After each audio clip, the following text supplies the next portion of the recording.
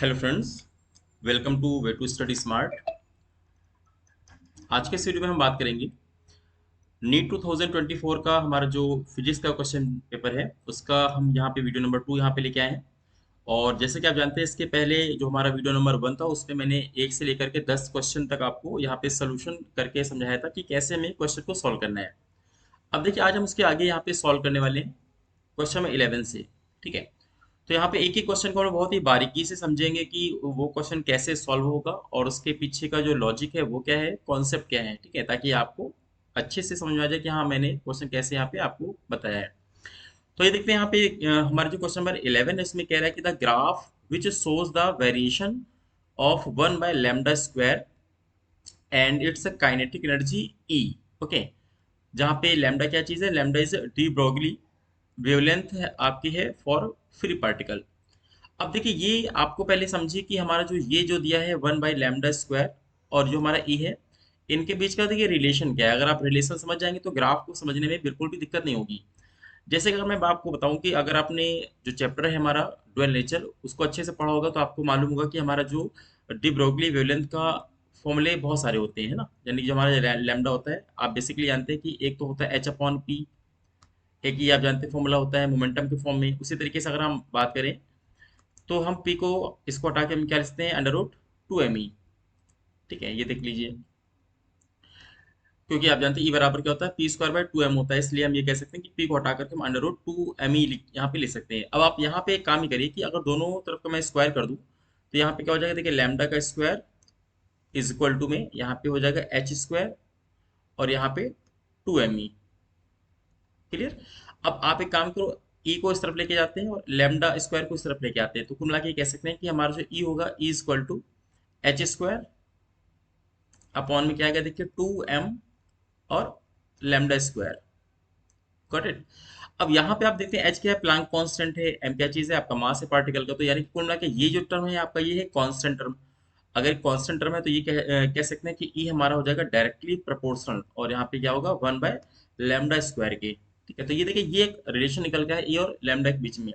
अब यहाँ पे एक्चुअली जो ग्राफ आपको दिया गया है, अगर आपको ई और लैम्डा के बीच में दिया जाता तो हमारा ग्राफ थोड़ा चेंज हो जाता, बट यहाँ पे एक्चुअली हमसे ये कह रहा है हमें ग्राफ पूरा लेना 1/λ² को हमें पूरा एक कंप्लीट क्वांटिटी माननी है, यानी कि इसको सपोज ए मान लीजिए आप और ई को क्या मान लीजिए आप, बी मान लीजिए सपोज। अगर आपको क्लैरिटी नहीं आ रही तो यहाँ पे हो जाएगा बी प्रोपोर्शनल टू देखिए ए हो जाएगा। दैट मीन ये लीनियर रिलेशन है आपका, है ना।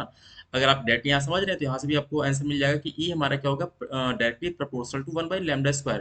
इसका मतलब ये कि हमारा जैसे से हमारा ए में चेंजेस आएगा वैसे वैसे हमारा बी में चेंजेस आएगा, क्योंकि दोनों की पावर क्या है, 1 है। तो नहीं, हमारा ये लीनियर रिलेशन आया। और जब भी लीनियर रिलेशन आता है आप जानते हैं हमेशा क्या होती है, एक स्ट्रेट लाइन आपको ड्रॉ करनी होती है। यानी कि अगर हम ये ग्राफ मान लें ई और 1/λ² के बीच में अगर है तो ये जस्ट आपका एक स्ट्रेट लाइन आपको शो करेगा। ओके, तो इस तरीके से हमारा जो राइट ऑप्शन होगा वो क्या होगा, वो होगा हमारा ऑप्शन नंबर 4 यहाँ पे राइट हो जाएगा। तो आई होप आपको समझ आ गया होगा कि यहाँ इसका जो ऑप्शन है वो फोर्थ क्यों है, उसके पीछे का लॉजिक क्या, रीजन क्या है। चलिए, अब आइए इसके बाद हम आगे बढ़ते हैं। अगला हमारा जो क्वेश्चन है यहाँ पे देखिए पूछ रहा है, कह रहा है कि given below are two statements, one is labelled as assertion A and other is labelled as reason. यानी कि एक आपको असर्शन दिया हुआ है और एक आपको रीजन दिया हुआ है। आइए देखते हैं असर्शन क्या चीज है। तो यहाँ पे कह रहा है कि the potential V at any axial point at 2 metre distance from the centre of the dipole of dipole moment आपको P दिया है, जिसका मैग्नीट्यूड आपको समथिंग दिया हुआ है, कर इतना वोल्ट। ओके, मतलब आपको कुल मिला के कहना चाह रहा है कि जो हमारे एक्सियल पॉइंट पे पोटेंशियल है वो कह रहा है कि क्या इतना आता है, 9 × 10⁻³ वोल्ट। कह रहा है क्या इतना आता है, तो आप एक बार चेक कर लीजिए। आपको फॉर्मूला पता होना चाहिए कि हमारा जो पोटेंशियल का फॉर्मूला होता है एक्सियल पॉइंट पे होता है कि V इक्वल टू की P/r²। ओके, अब आप जानते हैं कि के क्या चीज़ है, वही सेम कांस्टेंट है आपका 9 × 10⁻⁹ यहाँ पे है। और आप जानते हैं पी क्या है, इलेक्ट्रिक डाइपोल मोमेंट है, जो कि आपको ये देखिए कह रहा है कि 4 × 10⁻⁶। तो यहाँ पे आप लिख दीजिए कि 4 और इंटू में 10⁻⁻ का यहाँ पे 6 लिख दीजिए। और क्योंकि यहाँ पे हम डिस्टेंस का स्क्वायर करते हैं तो आप देखिए डिस्टेंस कितना आपसे कह रहा है कि 2 मीटर है। तो अगर यहाँ पे 2 मीटर कह रहा है तो यहाँ पे 2 का स्क्वायर कर दीजिए, यानी 2 × 2। तो मिला के आप ये कह सकते हैं कि यहाँ पे 2 से 2 हमारा यहाँ पे यह पूरा 4 कैंसिल हो जाएगा। और फाइनली आप देखेंगे कि 9 आपका बचेगा और 10⁻⁹ में से 6 कम कर दीजिए, 10 10⁻³ आपका आ जाएगा और ये वोल्ट आ जाएगा। है ना। बिल्कुल। तो इस तरीके से आप यहाँ पे देख सकते हैं कि हमारा कैसे यहाँ पे आंसर आ रहा है। अब देखिए यहाँ पे प्लस माइनस क्यों लिया गया, ये भी आप साइन को यहाँ समझ लीजिए कि भाई यहाँ पे चार्ज ये बिल्कुल नहीं कह रहा है कि मतलब देखिए यहाँ पे एक्चुअल में क्या है, हमको जानते हैं डायपोल में क्या होता है, एक पॉजिटिव चार्ज होता है एक नेगेटिव चार्ज होता है, सबको पता है।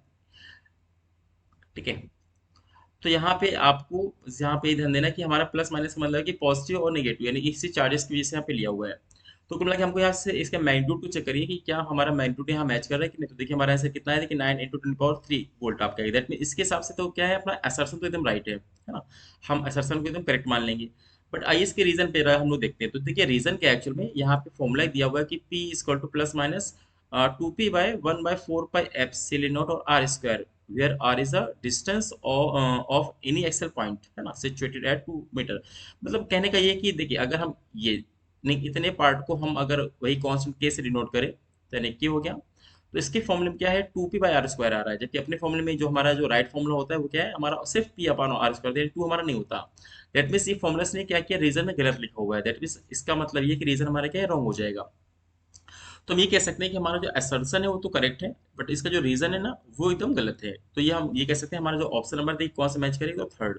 ये देखिए हमारा ऑप्शन नंबर ये थर्ड मैच करेगा, जहाँ पे लिखा है कि A is true, assertion is true, but जो आर है वो क्या है, वो हमारा फॉल्स है, यानी कि वो गलत है। तो आई होप आपको ये बात समझ में आ गई हो कि हाँ इसको हमने क्यों गलत यहाँ पे किया।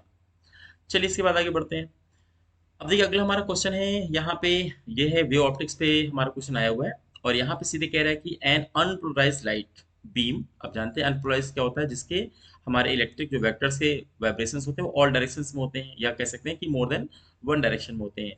तो जब किसी भी लाइट सोर्स से सीधी लाइट निकलती है वो हमारी क्या होती है, वो हमेशा अनपोलराइज्ड ही होती है। तो यहाँ पे आपको पता है कि अनपोलराइज की बात कर रहे हैं। और इसने क्या किया है कि ग्लास की सरफेस, सपोज ये कोई ग्लास की सरफेस है, इसके नीचे क्या है, ये कोई ग्लास है, और ऊपर क्या है, हमारी एयर मान लेते हैं अपन। ठीक है। तो कह रहा है यहाँ से जैसे ही ये लाइट इसके ऊपर इंसिडेंट हो रही है सरफेस पे, तो यहाँ पे देखिए आपको कह रहा है कि और ये जो हमारा यहाँ पे लाइट इंसिडेंट हुई पक्का सरफेस की वजह से क्या होगा कि नॉर्मल ड्रॉ करना पड़ेगा अपने को। यहाँ पे जो भी आपका नॉर्मल है, यहाँ पे एंगल ऑफ इंसिडेंस जो है ये कह रहा है ये ब्रूस्टर एंगल के बराबर, दैट मीन इसको आईपी मान लेते हैं। ठीक है। या पोलराइज्ड एंगल कह सकते हैं, ब्रूस्टर एंगल कह सकते हैं। तो आपको ये कहा जा रहा है कि एक अनपोलराइज्ड लाइट है जो कि क्या हो रहा है कि किसी ग्लास के सरफेस पे इंसिडेंट हो रही है विद ब्रूस्टर एंगल या फिर पोलराइज्ड एंगल। तो कह रहा है कि अब बताइए क्या है, तो आपको सबको पता है कि कुछ लाइट क्या होगी यहाँ से रिफ्लेक्ट होगी और कुछ लाइट क्या होगी यहाँ से रिफ्रैक्ट होगी, है कि नहीं।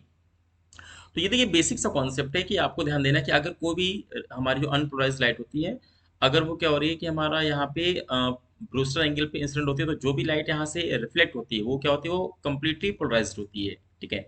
वो अपनी कंप्लीटली पोलराइज्ड होती है। और जो हमारी पार्ट क्या होता है यहाँ पे रिफ्रैक्ट होता है, ये क्या होता है, ये पार्शली पोलराइज होता है। यानी कि हम इसको कंप्लीटली तो नहीं बोलेंगे, इसमें क्या है कुछ वेक्टर्स के जो डायरेक्शन है वो मोर देन वन होते हैं, है ना। तो इसको हम कह सकते हैं ये पार्शली पोलराइज्ड है। तो यहाँ पे आइए हम ऑप्शन चेक कर लेते हैं। पहला कह रहा है कि the reflected light will be partially polarised, जो कि हमारा गलत है। तो यहाँ पे इसको तो हम यहाँ पे रॉन्ग कर देंगे। ठीक है। और उसके बाद यहाँ पे देख लेते हैं आगे। तो हमारा जो फर्स्ट ऑप्शन है ये तो गलत हो गया। उसका सेकंड ऑप्शन कह रहा है the reflected light will be completely polarised, ये भी देखिए हमारा गलत है। उसके बाद कह रहा है both the reflected and refracted light will be completely polarised, यानी कि भी रॉन्ग है। हमारा जो राइट ऑप्शन है वो होगा फोर्थ, जिसमें कह रहा है कि the reflected light will be completely polarised. बिल्कुल सही बात है, जो रिफ्लेक्टेड लाइट हुई है वो क्या होगी, वो हमारी कंप्लीटली पोलराइज्ड यहाँ पे लाइट हो जाएगी। बट यहाँ पे कह रहा है but refracted light will be partially polarised, है ना। तो जो हमारी रिफ्रैक्टेड लाइट है वो क्या होगी, वो पार्शली पोलराइज्ड हो जाएगी। तो इस तरीके से ये हमारा हो जाएगा ऑप्शन नंबर फोर, इसका करेक्ट हो जाएगा। ठीक है। आई होप आपको ये क्लियर हुआ होगा। अब आइए आगे हम बढ़ते हैं अगले क्वेश्चन की तरफ।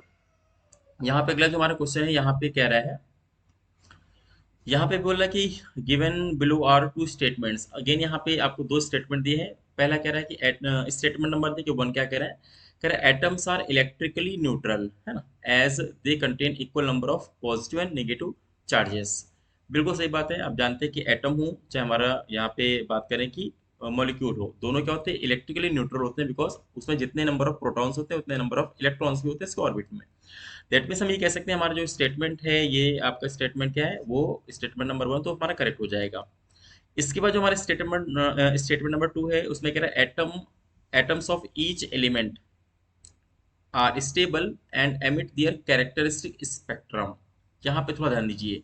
यहाँ पे कहना चाह रहा है कि जो हमारा एटम्स है ऑफ ईच एलिमेंट, जितने भी एलिमेंट्स आपको यहाँ पे पता है, चाहे वो स्मॉल यानी कि एलिमेंट हो जैसे कि हाइड्रोजन, हीलियम, लिथियम टाइप से, या फिर हैवी हो, कह रहा है कि ये सभी के एटम क्या है, कह रहा है स्टेबल है, जो कि ऐसा नहीं है।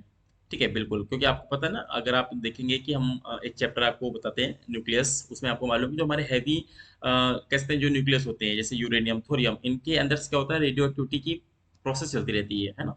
इसकी वजह से जो इनके न्यूक्लियस होते हैं वो कहीं ना कहीं दूसरे न्यूक्लियस में ये ब्रेक होते रहते हैं, तो ये स्टेबल नहीं होते इनके। अगर न्यूक्लियस स्टेबल नहीं है तो कहीं ना कहीं एटम भी क्या होगा, स्टेबल नहीं होगा, क्योंकि हमारा एटम किससे मिलकर बना होता है, न्यूक्लियस और इलेक्ट्रॉन से मिलकर बना होता है।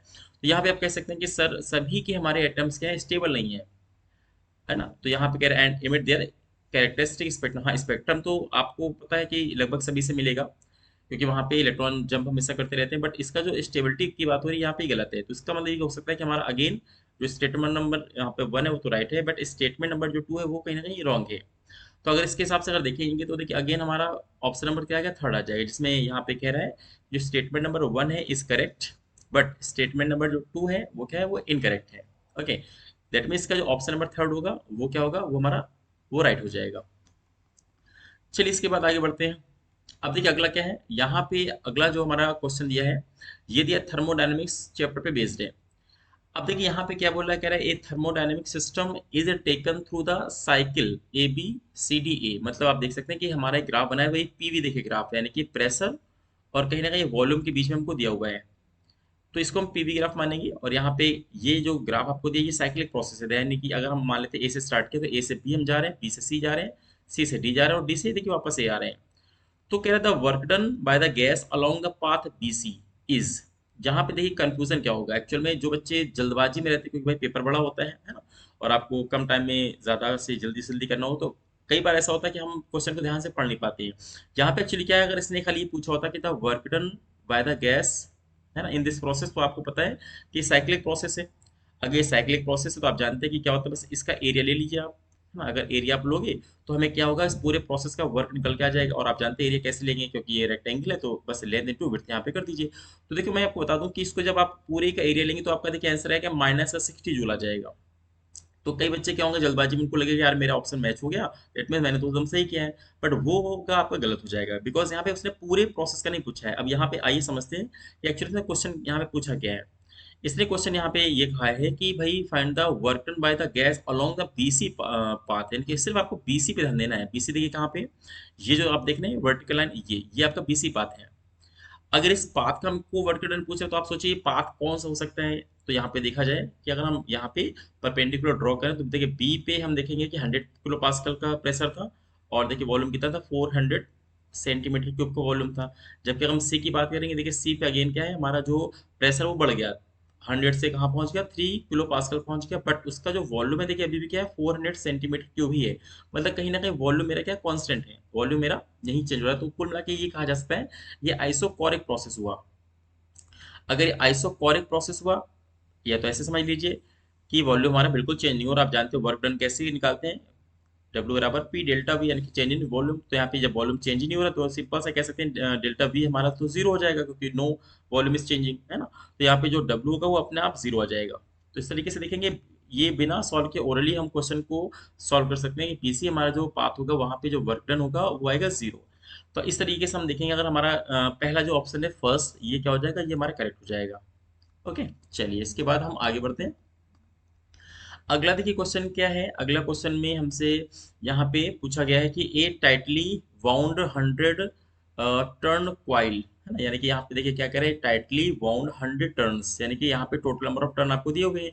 तो जो जो डेटा हमको दिया है उसको हम यहाँ पे लिख लेते हैं कि हमको कैपिटल एन आपको दिया है 100, यहाँ पे लिख लेते हैं 100। उसके बाद कह रहा है कि ऑफ रेडियस 10 सेंटीमीटर। ओके, तो यहाँ पे हमको रेडियस दिया है तो यहाँ पे हम आर लिख लेते हैं, आर इक्वल टू 10 सेंटीमीटर। चलिए इसको एक बार हम मीटर में कन्वर्ट कर लेते हैं। तो यहाँ पे क्या लिखेंगे आप, तो यहाँ पे लिखेंगे 10 इंटू में 10 टू द पावर माइनस का 2 लिखेंगे, और ये क्या हो जाएगा, ये मीटर हो जाएगा।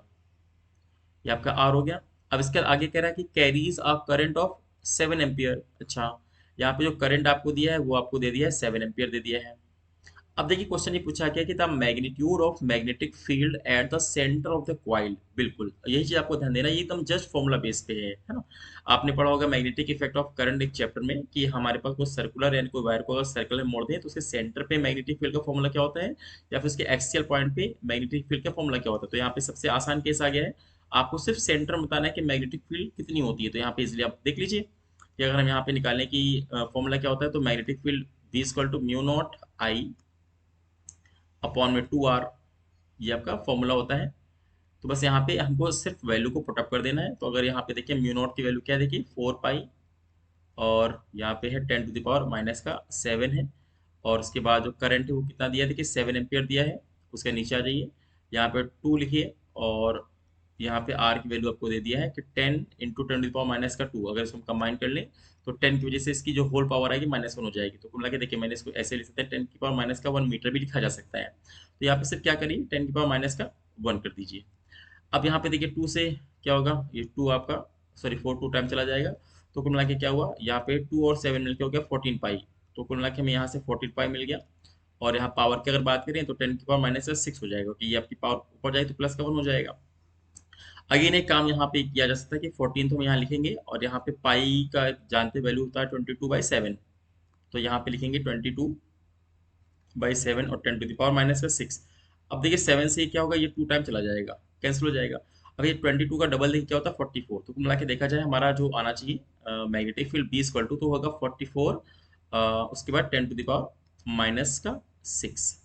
ठीक है, ओके। इस तरीके से हमने देखा कि हमारा ये आंसर आने चाहिए। लेकिन एक चीज़ यहाँ पे ठीक है, ओके ओके, एक चीज़ यहाँ पे देखिए मैं मिस क्या किया हूँ। यहाँ पे इतना बिल्कुल आपका आंसर राइट है, बट यहाँ पे ध्यान देना, यहाँ पे हमको टोटल नंबर ऑफ टर्न दिया 100। तो जब भी आपको देखिए ये जो मैंने फॉर्मूला अप्लाई किया ये आपका सिंगल कॉइल के लिए होता है, वन कॉइल के लिए होता है। बट क्योंकि यहाँ पे क्या हुआ 100 कॉइल्स आपको दिए, तो बस यहाँ पे आप 100 का यानी कि एन का मल्टीप्लाई कर लो। तो कुल मिला के जो भी आपने सॉल्व किया इसमें सब में 100 का मल्टीप्लाई कर लो। ये चीज़ ध्यान देना, आप जितने नंबर ऑफ कॉइल या टर्न आपको देगा उतने टाइम से हमारा मैग्नेटिक फील्ड क्या होता है, बढ़ जाता है। तो कुल मिला के यहाँ पे आप 100 से मल्टीप्लाई कर लो। अगर इतना है तो आप देखिए हमारा नेक्स्ट क्या हो जाएगा कि बी इक्वल टू 44, और 10 टू द पावर आप क्या होगा 2 कम कर दीजिए, -4 आ जाएगा। इसको एक तरीका और है कि यहाँ बी इक्वल टू अगर मैं 10⁻⁻3 बनाना चाहूँ तो देखिए 44 आप लिखिए, उसके बाद 10⁻⁻1 में अलग कर दिया, और 10⁻⁻3 मैंने देखिए अलग कर दिया। अब देखिए ये क्या चीज़ है, अगर इसकी बात करें तो ये आपका है 4.4 हो जाएगा, है ना। यहाँ पे देखेंगे ये 4.4 हो जाएगा। और ये जो 10⁻⁻3 देखिए, इसकी वजह से क्या होगा, मिली लग जाएगा, मिली। क्योंकि आप जानते हैं मिली का मतलब होता है 10⁻⁻3 होता है। और आप जानते हैं कि जो मैग्नेटिक फील्ड है इसका यूनिट तो टेस्ला, तो यहाँ पे टी लगा दीजिए, टेस्ला। तो हमारा जो राइट आंसर आना चाहिए वो आना चाहिए 4.4 और मिली टेस्ला। ओके, तो कैसे किया वो आपको आसानी से दिखाई दे रहा है कि फॉर्मूला जो हमने अप्लाई किया उस फॉर्मूले में केवल वैल्यू को पुट अप करके हमको इजिली यहाँ पे सॉल्व कर लेना है। तो अब आइए देख लेते हैं हमारा जो आंसर आएगा वो कितना है, B equal to 4.4 milli tesla. That means हमारा कौन सा ऑप्शन देखिए मैच करेगा, हमारा ऑप्शन नंबर थर्ड यहाँ पे मैच करेगा, ये देखिए। ठीक है, तो थर्ड का हमारा जो आंसर है वो है 4.4 मिली टेस्ला। ठीक है, चलिए इसके बाद हम आगे बढ़ते हैं। अब ये भी देखिए इंटरेस्टिंग हमारा क्वेश्चन है, क्योंकि इसको भी आप अगर पूरा एक एक चीज सॉल्व करेंगे तो आपको टाइम जाएगा। मैं सिर्फ एक चीज को सॉल्व करूंगा, उसके बाद देखिए आपको बहुत आसानी से क्लियर हो जाएगा कि हाँ कैसे हम अपने ऑप्शन को यहाँ पे इजिली और जल्दी हम यहाँ पे सॉल्व करेंगे। देखिए यहाँ पे क्या कह रहा है मैच लिस्ट 1 विद लिस्ट 2। अब देखिए लिस्ट 1 में क्या हो रहा है, आपको स्पेक्ट्रल लाइंस दिए हैं फॉर हाइड्रोजन फॉर ट्रांजिशन आपको दिया है, यानी कि N1 sorry N2 equal to 3 और टू N1 इक्वल टू 1, यानी कि थर्ड ऑर्बिट से हम कहाँ आ रहे हैं, तो फर्स्ट ऑर्बिट में आ रहे हैं देखा जाए। यहाँ पे देखिए इसके आगे क्या दिया, फोर्थ ऑर्बिट से हम सेकंड ऑर्बिट में आ रहे हैं, फिर फिफ्थ ऑर्बिट से हम सेकंड ऑर्बिट में आ रहे हैं, और सिक्स ऑर्बिट से हम देखिए सेकंड ऑर्बिट में आ रहे हैं। और हर बार क्या हो रहा है कि एक वेवलेंथ आपकी रिलीज होगी। तो वही कह रहा है कि जो लिस्ट नंबर 2 है यहाँ पे वेवलेंथ आपको दिया है वो भी किसमें, नैनोमीटर में है। ठीक है, अब इसको सॉल्व देखिए कैसे करते हैं, मतलब कुल मिला के यहाँ पे ट्रांजिशन आपको दिखाना है, और ट्रांजिशन को दिखाने के बाद फिर आपको बताना है कि हाँ किससे कितनी वेवलेंथ निकलेगी। अब यहाँ पे देखिए करना क्या है, यहाँ पे करना ये है कि आप किसी एक को, आप पहले तो स्टार्टिंग में सिर्फ एक को देख लीजिए। इसमें मान लेते हैं, चलिए मैंने इसको देखा फर्स्ट वाले को। देखिए यहाँ पे एक्चुअल में क्या हो रहा है, यहाँ पे आपका जो इलेक्ट्रॉन है ये हो रहा है थर्ड ऑर्बिट से सेकंड में आ रहा है। तो चाहिए तो थोड़ा सा एक डायग्राम बना लो बेसिक। यहाँ पे मान लेते हैं n=1 हो गया आपका, पहली ऑर्बिट है ये आपका। उसके बाद ये सेकंड ऑर्बिट है, तो हमको सेकंड पे ही आना है। उसके बाद थर्ड ऑर्बिट है, फिर इसके बाद फोर्थ ऑर्बिट है, ऐसे आपके आगे 5 हो जाएगा, फिर आगे ऐसे एंड सो ऑन। तो हमको देखिए थर्ड से पहले ऑप्शन में क्या दी, सॉरी पहले क्वेश्चन में एक पार्ट में क्या दिया कि थर्ड से हमको सेकंड में आना है। ठीक है, उसके बाद देखिए क्या है, 4 से सेकंड में हमको आना है, फिर इसके बाद 5 से हमको सेकंड में आना है, उसके बाद अगला क्या है, 6 से हमको सेकंड में आना है। तो कुल मिला के अब यहाँ पे क्या देख रहे हैं कि हम लोग एक मतलब सीरियल को हम यहाँ पे मतलब फॉलो कर रहे हैं कि 3 से 2 में आ रहे हैं, फिर 4 से 2 में आ रहे हैं, फिर 5 से 2 में आ रहे हैं। तो कुल मिला के देखिए, पहले जब 3 से 2 में आए तो देखिए एनर्जी का गैप कम था। ठीक है, तो यानी कि कह सकते हैं कि हम 3 से 2 में आ रहे हैं तो देखिए एनर्जी का गैप कम है। और आप जानते हैं एनर्जी और वेवलेंथ में क्या होता है रिलेशन, ई बराबर एच सी बाई लैम्डा। तो अगर एनर्जी का देखिए गैप कम है, पक्का है लैम्डा क्या होगा, ज्यादा निकलेगा। तो यहाँ पे कहने का मतलब ये कि आप सिर्फ एक ही सॉल्व करो कि पहला जो 3 से 2 हमारा हो रहा है, इसका देख लो कि वेवलेंथ कितनी आ रही है ना। जो भी हमारी वेवलेंथ अभी निकाल के मैं आपको बताऊंगा। उसके बाद क्या है, उसके बाद देखिए अगला क्या है कि हम जब 4 से 2 में आएंगे तो उसका हम देखेंगे एनर्जी का देखिए गैप बढ़ गया। 4 से 2 आने से हमारा एनर्जी गैप बढ़ गया, पक्का है लैम्डा सेकंड केस में कम हो जाएगी है ना, क्योंकि एनर्जी बढ़ गई तो लैम्डा मेरी कम हो जाएगी। लेकिन हाँ, उसके बाद फिर क्या हो रहा है, देखिए अगले स्टेप में और हमारा देखिए एनर्जी गैप बढ़ रहा है। दैट मीन्स क्या, एनर्जी सॉरी लैम्डा हमारी और कम हो जाएगी, सेकंड केस से भी कम हो जाएगी। जबकि लास्ट में क्या हो रहा है, देखिए हमारा जो एनर्जी हो रहा है वो 6 से 2 में हम आ रहे हैं, एनर्जी के लेवल पहले से और बढ़ रहा है, तो लैम्डा देखिए क्या होगा, और कम हो जाएगा। दैट मीन्स कहने का मतलब ये कि जो आपने पहला लैम्डा निकाला, ठीक है, उससे क्या होगा, फिर अगला वाला उससे कम, फिर उससे कम, उससे कम आएगा। तो इससे आपको आसानी से मालूम चल जाएगा कि आप कैसे एडजस्ट करेंगे। ठीक है, तो यहाँ पे देखिए बिना सॉल्व करिए आप यहाँ पे देखिए निकाल सकते हैं। आप देख लीजिए कि आपको अगर हमारा जो इलेक्ट्रॉन है वो 3 से देखिए 2 में आ रहा है, यानी कि देखिए आप पकड़ लीजिए 3 से 2 में आ रहा है, यानी कि एनर्जी का जो गैप है ना देखिए सबसे कम है, तो पक्का है लैम्डा की सबसे ज्यादा होगी। यानी कि सबसे कहने का मतलब पहला ऑप्शन सॉरी जो आपका ना आएगा, पहले ए का हमारा आंसर हो जाएगा सबसे बड़ी वाली वेवलेंथ। देखिए कितनी है, पूरे ऑप्शन में चेक कर लीजिए आप, इसमें सबसे बड़ी जो वेवलेंथ वो कितनी है, देखिए 656 है ना। चलिए, अब देखिए बी में क्या होगा। बी में क्योंकि आपको 4 से 2 में आना है, तो भाई 4 से अगर हम 2 में आ रहे हैं तो हमारा एनर्जी का गैप पहले से बढ़ गया, तो एनर्जी सॉरी वेवलेंथ पहले से कम होनी चाहिए। तो आप देखिए जो बाकी तीन बचे उनमें से मतलब इससे छोटा, जस्ट इससे छोटा कौन है, यानी कि 6 से 5 6 से जस्ट छोटा कौन है, देखिए तो आपको ये मिलेगा 486। यहाँ पे आप अगला नंबर किसका आएगा, देखिए 486 का आएगा, ये बी का हो जाएगा। अब देखिए थर्ड में यानी सी में इससे छोटा वाला, देखिए आप इससे छोटा वाला क्या हो सकता है, 434 हो सकता है, क्योंकि हमारी एनर्जी का गैप इससे ज़्यादा हो जाएगा तो हमारी वेवलेंथ और कम हो जाएगी। इसका जो देखिए लास्ट मार्क कैसे क्या है, हमारा एनर्जी गैप देखिए सबसे बड़ा है तो वेवलेंथ क्या होगी, सबसे छोटी हो जाएगी। तो यहाँ पे हम देखेंगे 410.2। तो इस तरीके से हमारा जो ऑप्शन देखिए कोई भी आएगा तो उसमें क्या होगा, ए का कुल मिला के होना चाहिए 6 5 का मतलब कि थर्ड, ए का थर्ड हुआ, और 486 का मतलब कि फोर्थ है ना। उसके बाद 434 का देखिए क्या लिखा है, 434 के सामने लिखा है सेकंड, दैट मीन्स यहाँ पे आपका सेकंड आ जाएगा। और 410 का मतलब वन, इसका मतलब कि ए का आपका थर्ड होना चाहिए, बी का आपका फोर्थ होना चाहिए, और सी का आपका सेकंड होना चाहिए, और डी का आपको वन होना चाहिए। अब आप अपने ऑप्शन को मैच कर लो कि किस में पॉसिबल है कि ए का थर्ड, तो आपको दिखाई दे रहा है कि देखिए सेकंड हमारा ऑप्शन ही दिखाई दे रहा है आपको। ठीक है, कि ए का आपका थर्ड हो जाएगा, उसके बाद बी का आपका फोर्थ, सी का आपका सेकंड, और डी का आपका फर्स्ट। तो ये देखो बिना यहाँ पे कोई फॉर्मूला मैंने नहीं लगाया, उसके अलावा मैंने कोई कैलकुलेशन नहीं यहाँ पे, किससे आपको कॉन्सेप्ट है कि हाँ बस यहाँ पे एक सीरियल है कि 3 से 2 में आए, 4 से 2 में आए, 5 से सेकंड में हम लोग यहाँ पे एंट्री कर रहे हैं, और 6 से सेकंड में एंट्री, हर बार हमको 2 में आना है, बट एनर्जी का गैपिंग हमारा धीरे धीरे बढ़ रहा है, पक्का वेवलेंथ उसी ऑर्डर में कम होती जाएगी। तो इस तरीके से हमारा जो ऑप्शन नंबर 2 होगा वो क्या हो जाएगा, वो राइट हो जाएगा। ओके, तो आई होप आपको क्लियर हुआ होगा। आइए इसके बाद हम आगे बढ़ते हैं।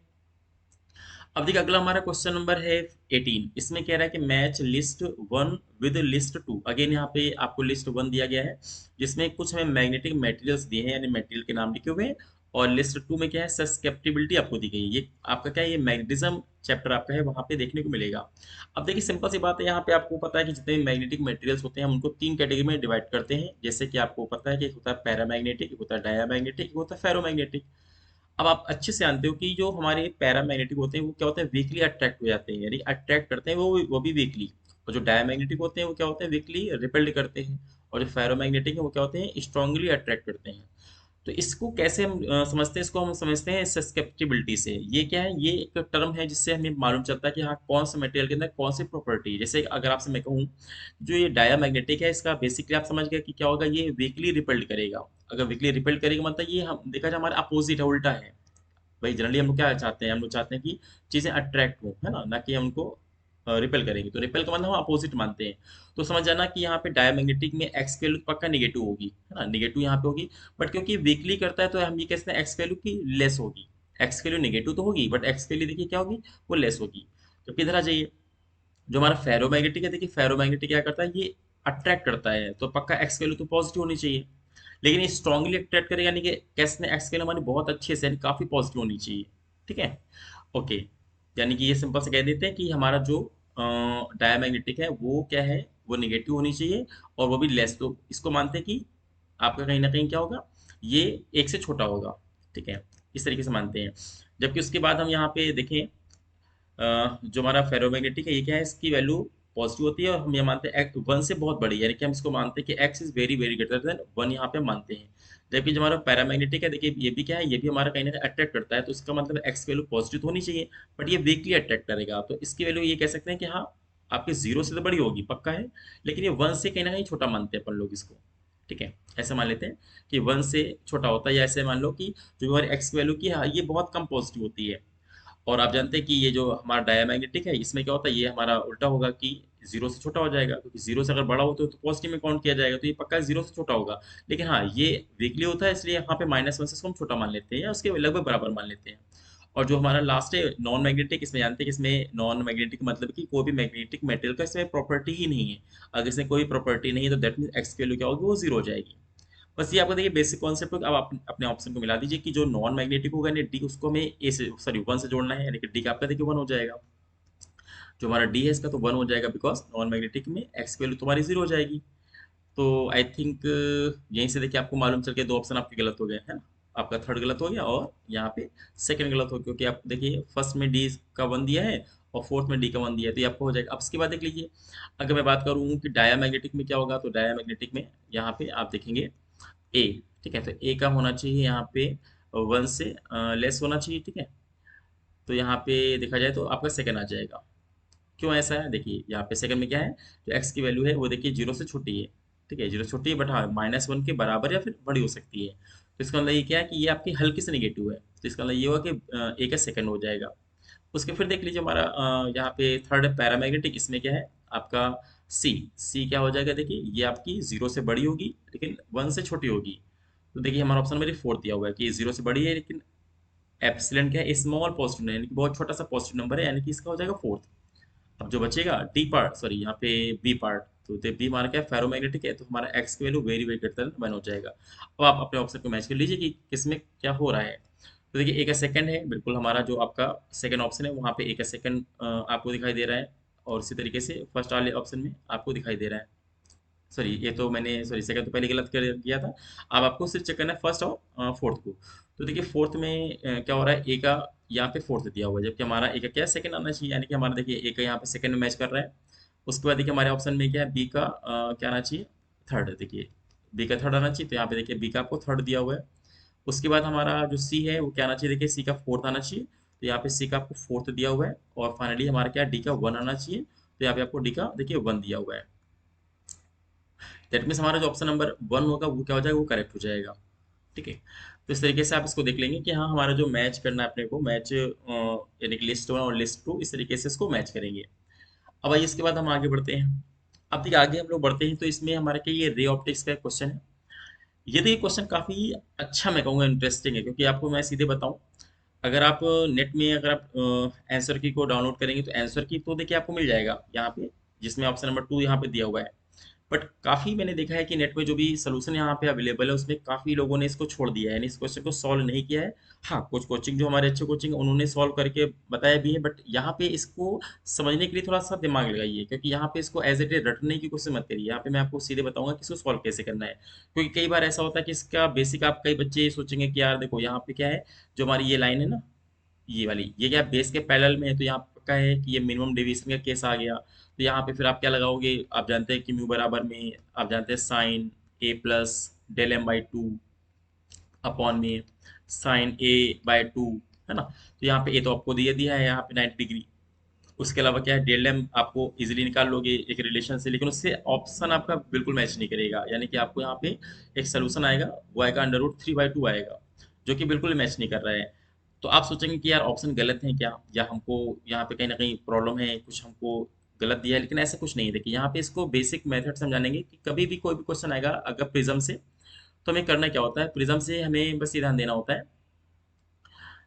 ठीक है, यहाँ पे हम लोग ये सोचते हैं कि हमें क्या क्या करना है। देखिए इस क्वेश्चन में आपको क्या करना है, यहाँ पे आप देखिए ये ए बी सी जो हमारा ना ए बी सी ए प्रिज्म है, जहाँ पे ए आपको दिया 90 डिग्री, दैट मीन्स आपको पहले से जो पता है उसको लिख लो आप कि ए हमको दिया 90 डिग्री दिया। ये थोड़ा सा देखिए क्वेश्चन यही आपका थोड़ा लेंदी है, इसको मैं लेंदी इसलिए है क्योंकि मैं आपको एक एक चीज में समझाने वाला हूँ। आप इजीली समझ लीजिए तो आपको बहुत आसान लगेगा, लेकिन आपका गलत नहीं होगा। यहाँ पे देखिए आपको एंगल ए आपको दिया है 90 डिग्री, तो यहाँ पे मैं ले लेता हूँ 90 डिग्री। ओके, चलिए। अब देखिए यहाँ पे एक्चुअली हुआ क्या, ये जो ए बी आपके सरफेस है ये रिफ्रैक्टिंग सरफेस है, यानी कि यहाँ पे रिफ्रैक्शन हो रहा है।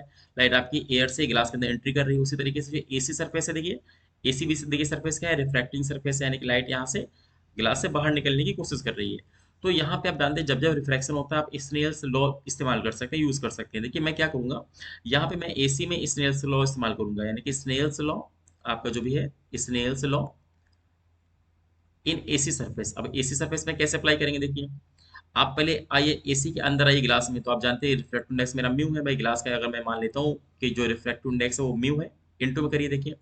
अब इनटू में एंगल फ्रॉम द नॉर्मल, अब ये एंगल आपको पता नहीं है तो इसको हम R2 मानेंगे, जैसे आप प्रूवमेंट में देखते हैं इसको R2 मानते हैं, इसको हम लोग R1 मानते हैं, है ना।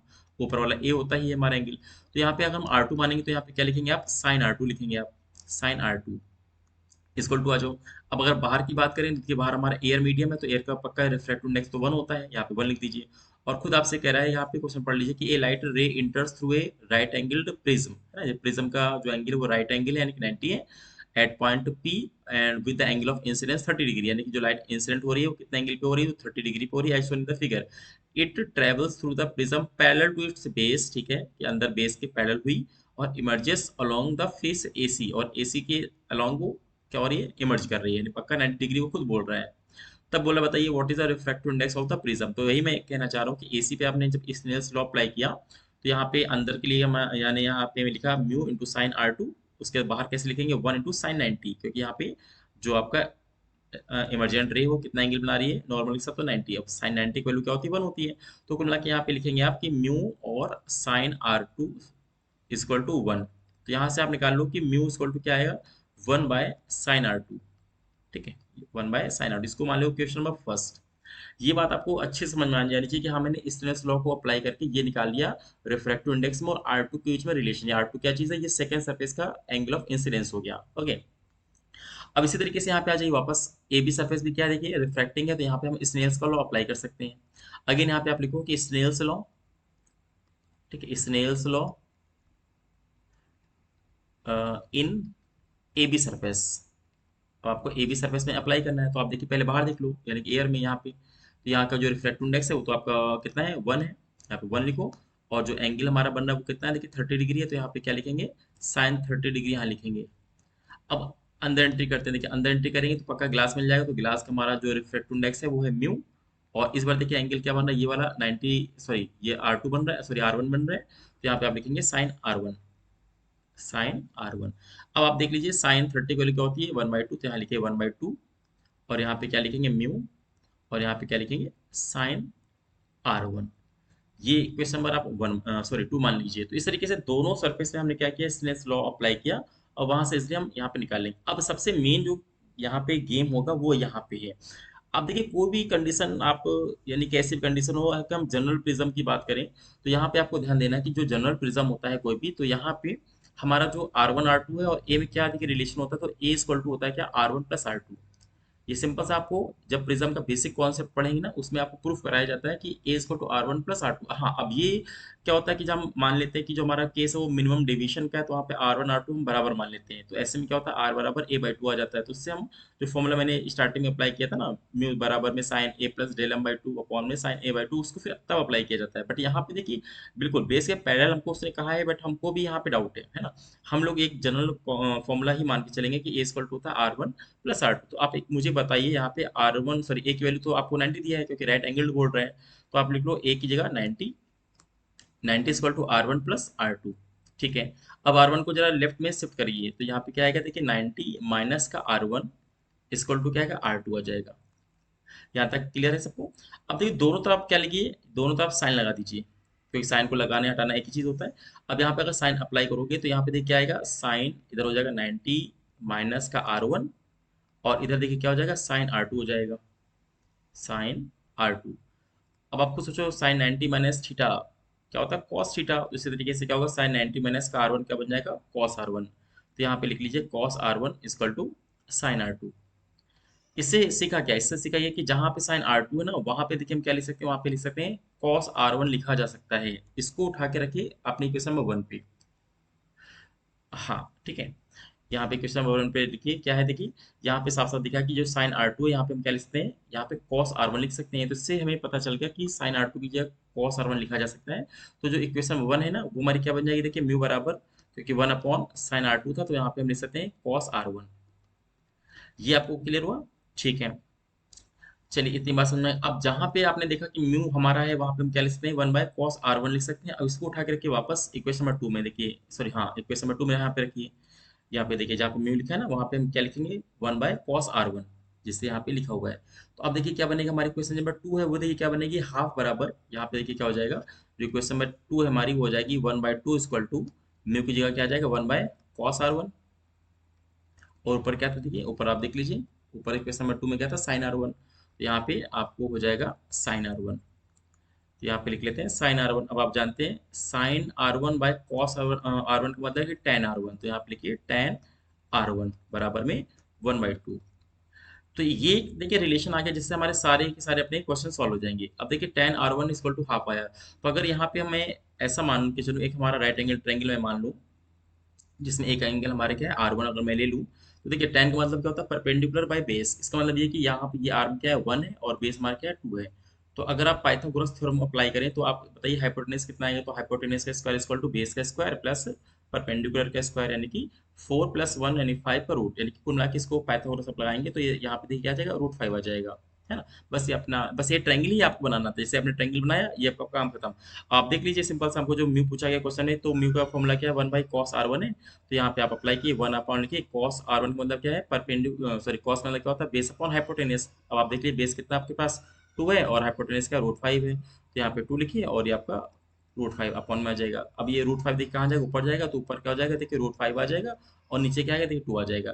तो कुल मिला के हमारा जो म्यू की वैल्यू आ रही है वो कितने आ रही है, वो आ रही है म्यू बराबर में √5/2। अब देखिए यही हमारा ऑप्शन हो जाएगा कि म्यू इक्वल टू √5/2। अब आप देख लीजिए क्या है, तो म्यू इक्वल टू √5/2 यानी कि ऑप्शन नंबर 2 देखिए, है ना। आपको आपको दिखाई दे रहा है कि ऑप्शन नंबर जो 2 हमारा है ये क्या हो जाएगा, ये हमारा पूरी तरीके से राइट हो जाएगा, ऑप्शन नंबर 2।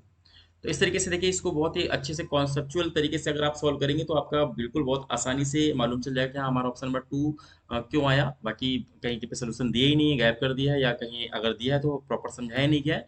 तो अब आप यहाँ से जो मैंने कॉन्सेप्ट आपको सिखाया उससे अगर इजिली आप समझ जाएंगे तो आई थिंक आपको एकदम अच्छे से क्लियर हो जाएगा। अब देखिए यहाँ पे अगला अगर हम क्वेश्चन ध्यान से देखें, यहाँ पे क्या बोल रहे हैं, कह रहे a bob is whirled in a horizontal plane by mean of a string, ठीक है, यहाँ string with an initial speed of omega RPM. The tension in the string is T, पे कह रहा है if speed becomes 2 omega while keeping the same radius the tension in the string becomes. अब कहने का मतलब ये कि मान लो कोई बॉब है वो क्या कर रहा है, वर्ल्ड कर रहा है, यानी कि वो कहीं ना कहीं सर्कल में घूम रहा है इन ए हॉरिजॉन्टल प्लेन। अब अगर हॉरिजॉन्टल प्लेन दैट मीन्स आप ऐसे डायग्राम बनाएंगे, ये देखिए, है ना। ये मान लीजिए कोई हॉरिजॉन्टल प्लेन है, यहाँ पे सेंटर मान लीजिए, सेंटर पे अपने इसको पकड़ा हुआ है और यहाँ पे एक बॉब बंधा हुआ है, ये देखिए ये आपका बॉब है। अब मुझे नहीं पता है, बॉब का मास एम मान लेते हैं आप, ठीक है। तो ये क्या हो रहा है, ये ऐसे ही पूरा हॉरिजॉन्टल प्लेन देखिए क्या हो रहा है, ये वर्ल्ड कर रहा है, घूम रहा है लगातार। उससे क्या है कि यहाँ पे सेंटर में, सॉरी ये जो आपने देखा ना यहाँ पे आप सेंटर में पकड़े हुए हैं, तो जो स्ट्रिंग है इस पे क्या है, टेंशन आएगा। अभी टेंशन देखिए आया क्यों, आप जानते हैं कि जब भी कोई चीज सर्कल में घूमती है तो पक्का इसके बाहर क्या लगता है, इसके बाहर एक सेंट्रीफ्यूगल फोर्स लगता है एफ, जो कि क्या होता है एम आर ओमेगा स्क्वायर के बराबर होता है।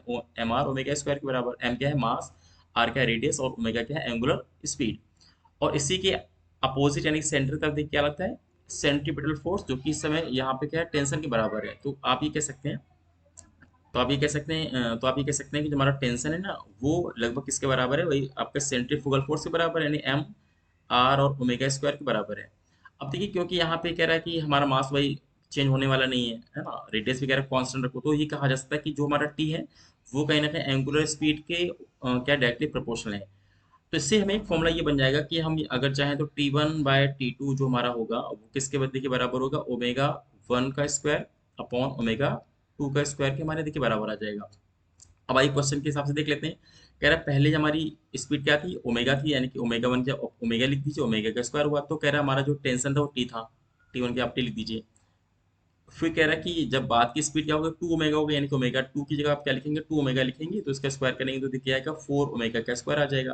तो कह रहा बताइए नया टेंशन क्या, मतलब अपने को T2 का वैल्यू निकालनी है। देखिए ओमेगा स्क्वायर से ओमेगा स्क्वायर कैंसिल हो जाएगा, अब यहाँ पे क्रॉस मल्टीप्लाई कर दीजिए, यहाँ पे जो T2 आएगा वो कितना आ जाएगा, देखिए वो 40 आ जाएगा। है ना, 4 टाइम यानी 40।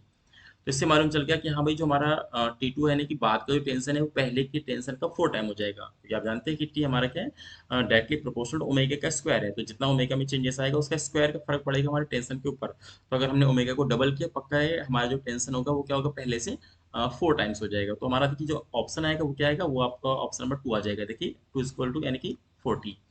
तो इस तरीके से आप देखेंगे कि हमारा जो इसी साल नीट का पेपर हुआ 2024 का, मुझे पूरी उम्मीद है कि आप लोगों का पेपर बहुत अच्छा गया होगा, बहुत से बच्चे मतलब बहुत अच्छा स्कोर करने वाले हैं। लेकिन फिर भी मेरा काम ये है कि मैं आपको एक एक क्वेश्चन को समझाते हुए चल रहा हूँ, ताकि अगर आपने बिल्कुल ऐसे किया है, आपके सारे क्वेश्चन के ऑप्शन मैच किए हैं, तो बहुत बहुत आपके लिए कॉन्ग्रेचुलेशन। लेकिन जो बच्चे तैयारी कर रहे हैं, आज जिन बच्चों का कहीं पे अगर डाउट है कि कैसे करना है क्या हुआ, तो बिल्कुल वो मैं वीडियो आपको लगातार बना के देता रहता हूँ, आगे भी कंटिन्यू मैं आपको दूंगा, इससे आपकी जो प्रिपरेशन है बहुत अच्छी हो सके, बहुत ही बेटर हो सके। तो जो बच्चे PYQ समझ के सॉल्व करेंगे, जो अगले साल तैयारी करेंगे या इसके और आगे की तैयारी करेंगे, तो उनके लिए भी बहुत ही हेल्पफुल रहेगा। तो मैं पूरी उम्मीद करता हूँ कि वीडियो आपको बहुत अच्छा लगा होगा। अगर आपको पसंद आया तो प्लीज़ लाइक करिए, सब्सक्राइब कीजिए चैनल को अगर आप नए हैं, और अगर आपके कोई छोटे भाई बहन है या कोई फ्रेंड्स हैं, बिल्कुल उनको भी शेयर करिए, ताकि उनको पता चले कि हाँ हमारा जो आपको मैं वीडियो बना के दे रहा हूँ वो आपको अच्छा लग रहा है कि नहीं। अगर आपको कुछ भी ऐसा लगता है कि आपके हिसाब से कुछ मुझे इम्प्रूवमेंट करना चाहिए या कुछ आपके हिसाब से कुछ नया करना चाहिए, प्लीज़ कमेंट बॉक्स में कमेंट करके वो भी बताइए, ताकि हम आपको और अच्छे से अच्छा वीडियो या कंटेंट प्रोवाइड कर सकें। तो मिलते हैं अगली वीडियो में, तब तक के लिए बहुत बहुत थैंक यू।